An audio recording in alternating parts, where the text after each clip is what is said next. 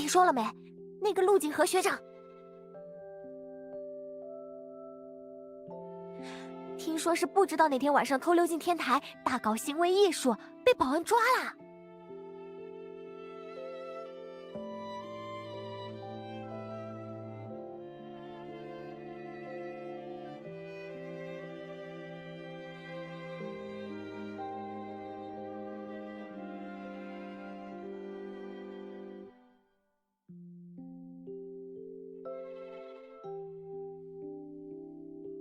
是啊，老师们问他有没有同伙什么的，他说没有。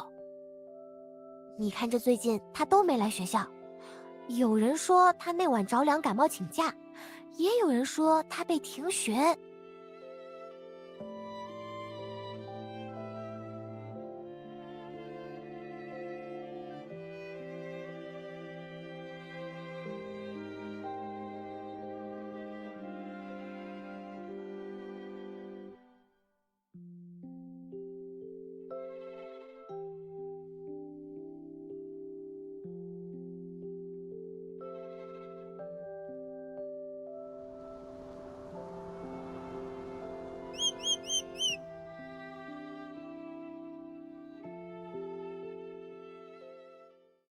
叫我干嘛呢？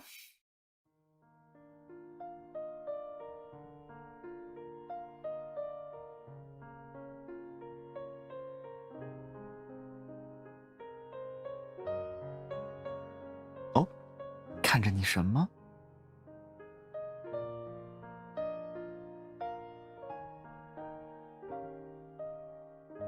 别急眼啊！我发誓，什么都没听到，也什么都没多想。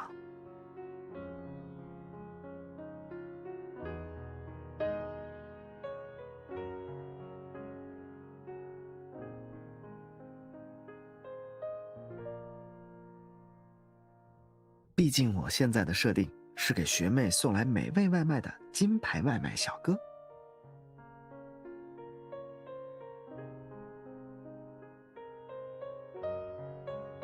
同学，看你一副好学生模样，是不是第一次拿外卖？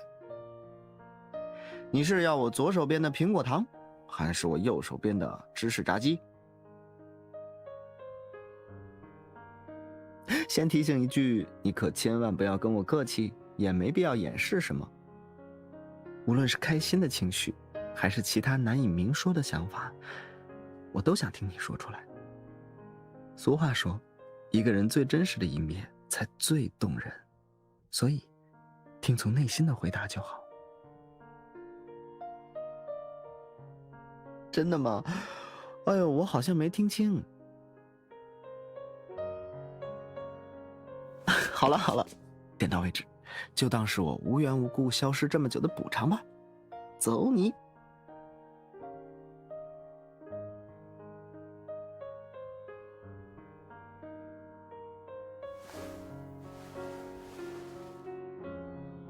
一起吃吧。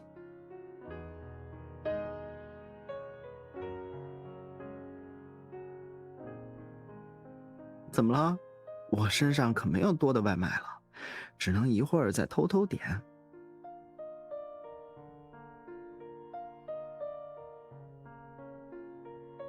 校徽？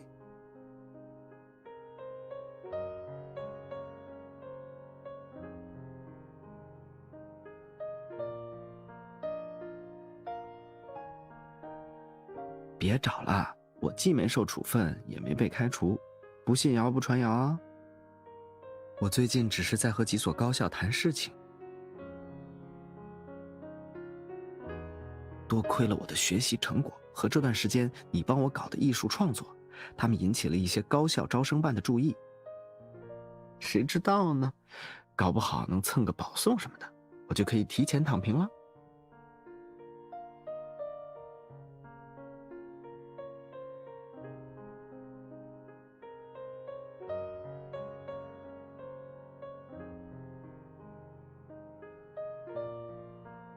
没错，探索艺术的路是没有尽头的。怎么样，要不要继续当我的模特？吃的管够，工资也一定保你满意。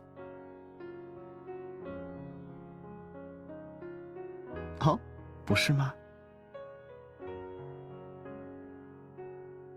明知故问，我可是特别渴求真相，不刨根问底不罢休的性格。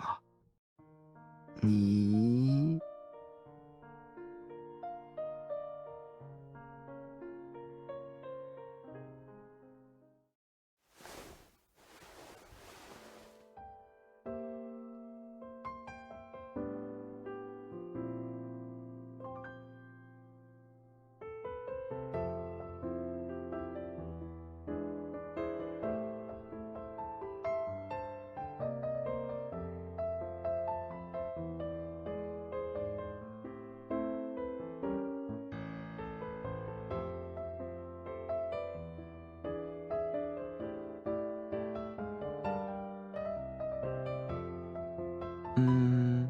细想起来确实是这样。不过你这话说的，怎么好像我们在干什么不能告诉别人的事，私下大声密谋什么一样？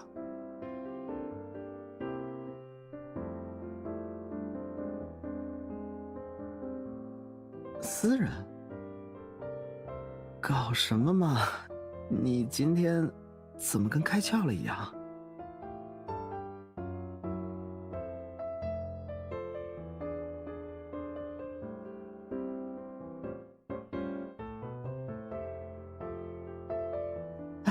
既然你都这么坦诚了，我也不好意思再遮遮掩掩了。其实，艺术方面的探索和人与人之间的探索，有2点根本上的不同。首先，就拿我以前卖掉的画作为例子好了。那些画一旦卖出，一般情况下就不会再有改动了。而人的状态是流动的，随着时间推移，总会产生一些新的变化，新的一面。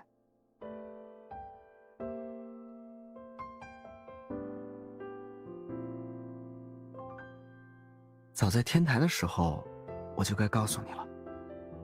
你每一点细碎微小的变化，我都不愿错过。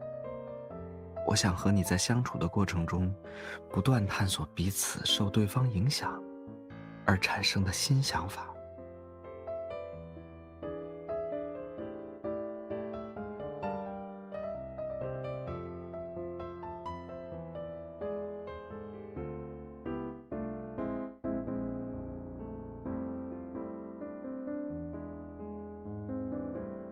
怎么了吗？看到什么人了？教导主任，我看看。